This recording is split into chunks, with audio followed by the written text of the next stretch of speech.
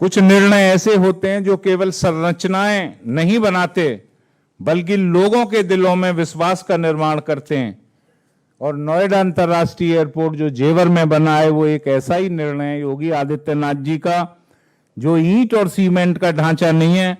यह किसानों के विश्वास, उनके त्याग और उनकी दृढ़ इच्छा शक्ति से निर्मित विकास का वह मंदिर है जिस मंदिर में पूजा अर्चना करके लोग अपना विकास करेंगे, जिस मंदिर में पूजा अर्चना करके लोग विकसित भारत के लक्ष्य को पूरा करेंगे, और जिस मंदिर में पूजा अर्चना कर लोग इस उत्तर प्रदेश की 25 करोड़ आवाम की खुशहाली का रास्ता बनाएंगे। इन्हीं शब्दों के साथ मैं निवेदन करता हूं महेंद्र शर्मा जी से, जो हमारे रन्हेरा गांव के बड़े किसान हैं और बुजुर्ग आदमी हैं, महेंद्र शर्मा जी, उन्हें माइक दे दिया जाए।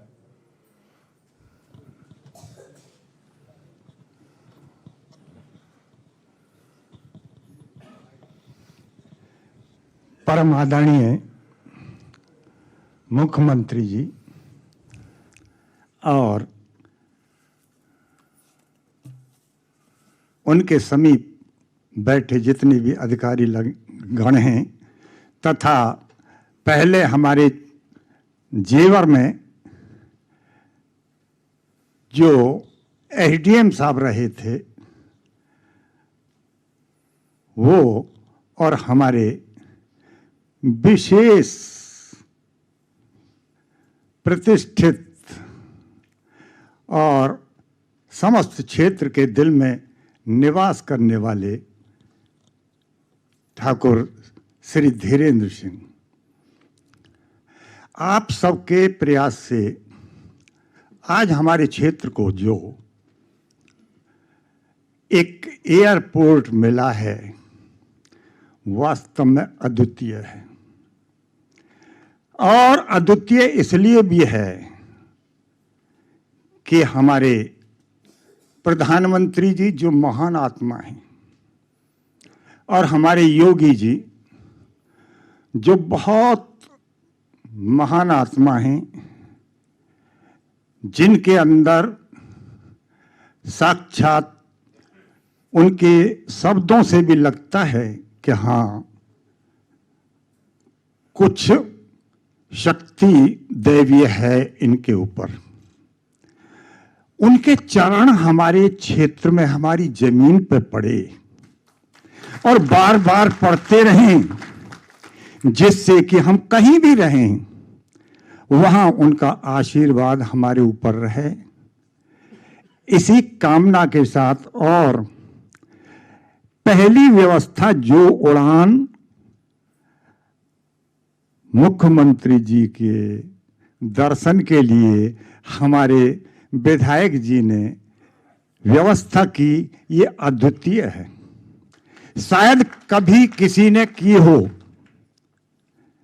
किसी विधायक ने इस तरह की व्यवस्था, मेरे हिसाब से तो मैंने तो सुना नहीं है। तो उसके लिए बार बार आभार व्यक्त करते हैं। क्षेत्र पर आपने कृपा दृष्टि की, हमारी जमीन गई, पैसा मिला,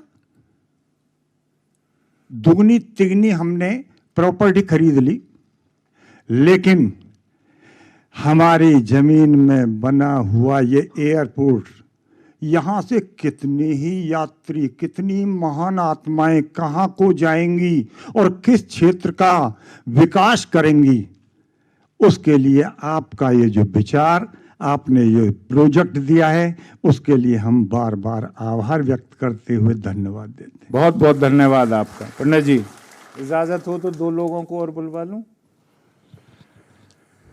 तो देखिए आज जो विमान जेवर की धरती से उड़ान भरा है, उसमें बैठे किसान केवल यात्री के तौर पर नहीं है, वे उस बदलते उत्तर प्रदेश के बदलते हुए स्वरूप के जीवंत साक्षी के रूप में आए। आप संदेश वाहकों के आज प्रदेश का विकास कैसे हो रहा है। आप संदेश वाहकों, पहले हवाई जहाज में कौन लोग बैठा करते थे, वो लोग जो बहुत बड़े बड़े बिल्डर या उद्योगपति हैं। आज मेरे प्रदेश के मुखिया ने हर उस व्यक्ति को बैठने का मौका हवाई जहाज में दिया जो कभी खेतों पर मजदूरी करता था, वो महिलाएं जो अपने बच्चों को पढ़ाने के लिए खुद मेहनत और मशक्कत करती थी खेतों पर और दोपहरी में रोटी पहुंचाया करती थी अपने पति के लिए, आज वो मेहनत कश इंसान जिन्होंने जिंदगी भर मेहनत की, मजदूरी की और अपने बच्चों को नहीं पढ़ा पाए थे, आज वो अपने बच्चों को पढ़ा रहे हैं। तो ये किसान संदेश वाहक हैं इस बदलते हुए प्रदेश का, और यह संदेश आज जेवर की सरजमी से और उत्तर प्रदेश के कालिदास मार्ग से पूरे देश और दुनिया को जाएगा कि अब हमारा प्रदेश बदल चुका है, यहां विकास में सभी लोग सहभागी होते हैं। मुख्यमंत्री जी, आपका पुनः सभी की तरफ से धन्यवाद। अब मैं अपने खटीक समाज के चरण सिंह जी बैठे हुए हैं और इनकी काफी जमीन गई थी पहले फेज में। महाराज, आपको याद होगा एक सोर की जमीन का निर्णय आपने इसी समुदाय के लिए लिया था, एससी समुदाय से आते हैं, और आज इन लोगों को उस जमीन का काफी फायदा हुआ है, अब इन्हें मुआवजे उसके मिलने लगे। इन्होंने आपका मिलकर एहसान भी व्यक्त किया था। चरण सिंह जी। हेलो, आदरणीय मुख्यमंत्री जी, वे आए हुए सब साथ के किसान भाइयों और मुख्यमंत्री जी के साथ हमारे विधायक जी, सभी के लिए मेरी ओर से आर्थिक धन्यवाद है। हमारे क्षेत्र में जो विकास आपकी बदौलत हुआ है, हमारे विधायक धीरेंद्र जी ने काफ़ी मेहनत करके किसानों को मनाकर, मजबूर करके, मना करके ये काम किया। उसके बाद में हमारे मुख्यमंत्री जी योगी आदित्यनाथ भी उसी दिन से मुख्यमंत्री हैं उत्तर प्रदेश में। उन्होंने भी अपने हिसाब से बहुत अच्छा काम करो हमारे संग, बहुत बढ़िया, उनके साधन बहुत बढ़िया हैं। हम तो यूँ कहें कि मुख्यमंत्री जी तीसरी बार भी तुम मुख्यमंत्री बनो और विधायक जी भी तीसरी बार विधायक बने। धन्यवाद आपका।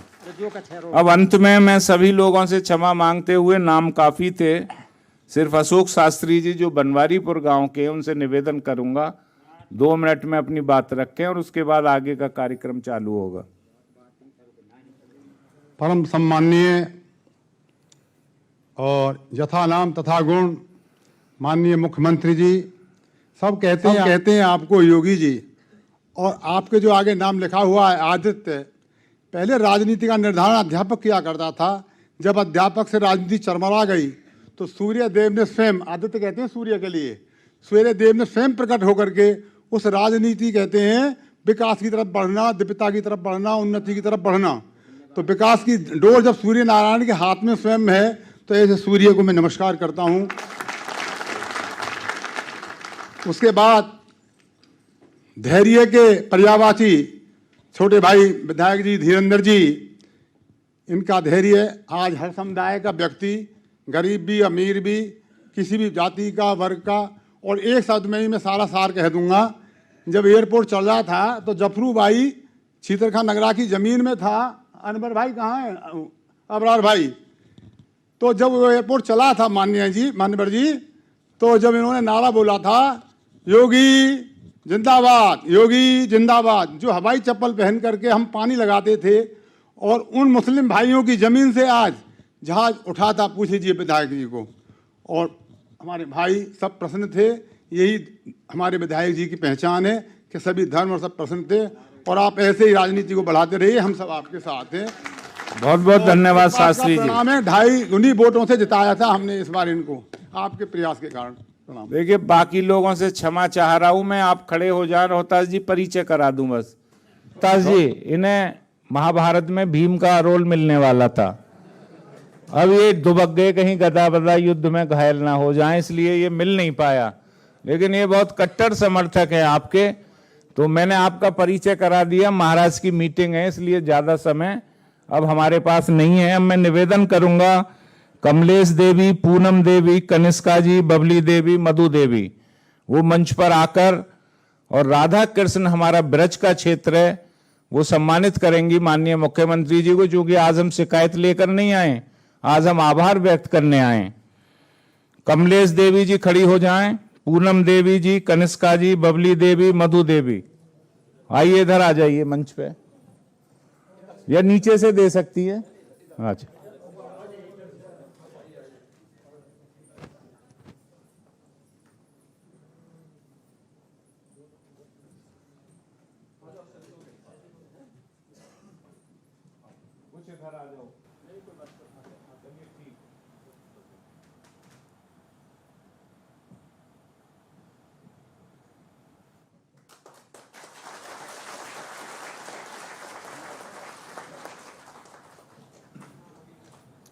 अब मैं निवेदन करूंगा उन किसान भाइयों से जो एक मूवमेंटो लाएं बनवाकर महाराष्ट्र के लिए, वो भी मंच पर आ जाएं। बलभद्र जी, मनवीर सिंह खटीक जी, वेद प्रकाश शर्मा जी, कलुआ सैफी जी, हजारी बघेल जी, और सब लाइन से खड़े हो जाएंगे, एक आदमी देगा बस। पूरन सिंह कोरी जी, करनेल वो जी, सम्मानित कर रहे महिपाल सिंह हैं। जाटव जी। तस्वीरें आप साफ तौर पर देख पा रही है, वही मंच पर आ जाएं, किसान इनका हैं जिनके मूवमेंट दान हो। से जेवर एयरपोर्ट बनाना संभव हो पाया और आज विकास की उड़ान भरता उत्तर प्रदेश किसानों की ही बदौलत है और आज वही किसानों को सम्मानित कर रहे हैं मुख्यमंत्री योगी आदित्यनाथ। तस्वीरें आप साफ तौर पर देख पा रहे हैं। भारत एक्सप्रेस लगातार एक्सक्लूसिव तस्वीरें आपको टीवी स्क्रीन पर दिखा रहा है। किसानों को सम्मानित करते हुए मुख्यमंत्री योगी आदित्यनाथ लखनऊ में किसानों से संवाद किया और अब उन्हें सम्मान दे रहे हैं। इस बीच में आभार भी जताया क्योंकि किसानों का बड़ा योगदान है जेवर एयरपोर्ट में। इधर से आ जाइए, एक मूवमेंटो मैंने बनवाया रात में ही, वो भी ले आया दुनिया जाए। के नक्शे पर नोएडा चमकेगा, अपना विशेष महत्व भी दिखाएगा और इस बीच में लखनऊ में कार्यक्रम आयोजित किया गया है जिसमें मुख्यमंत्री योगी आदित्यनाथ लगातार किसानों से संवाद कर रहे हैं। उनसे मुलाकात हुई और अब उनको सम्मान कर रहे हैं। और मैं निवेदन करूंगा कि श्री रामचंद्र जी की एक मूर्ति है, वो ले आई जाए। सुरेश खन्ना जी को मैं अर्पित करना चाहता हूं।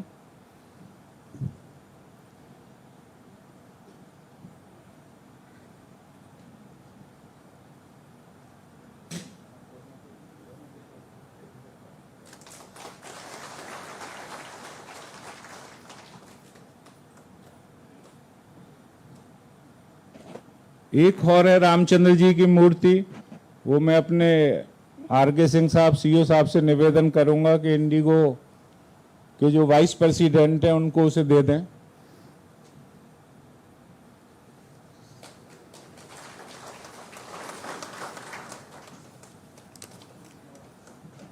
क्योंकि आज हम शिकायत लेके नहीं आए, मैं 3 मिनट में अपनी बात को समाप्त करता हूं।